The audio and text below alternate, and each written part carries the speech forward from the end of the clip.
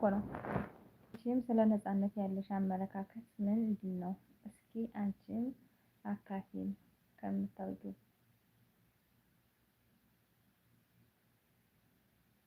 መከራከር ካለብንም እንከራከር። ነፃነት ምንድን ነው? ነፃነት ማለት ነፃነት በጣም ከልክ በላይ ሲሆንም እንትን ይላል።